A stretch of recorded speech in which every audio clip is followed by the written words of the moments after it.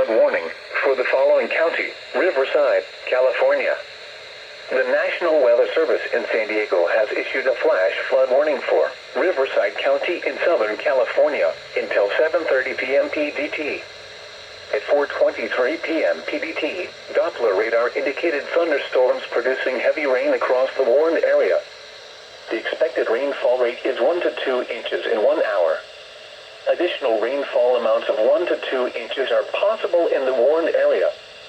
Flash flooding is ongoing or expected to begin shortly. Hazard: life-threatening flash flooding. Thunderstorms producing flash flooding. Source: radar. Impact: life-threatening flash flooding of creeks and streams, urban areas, highways, streets, and underpasses.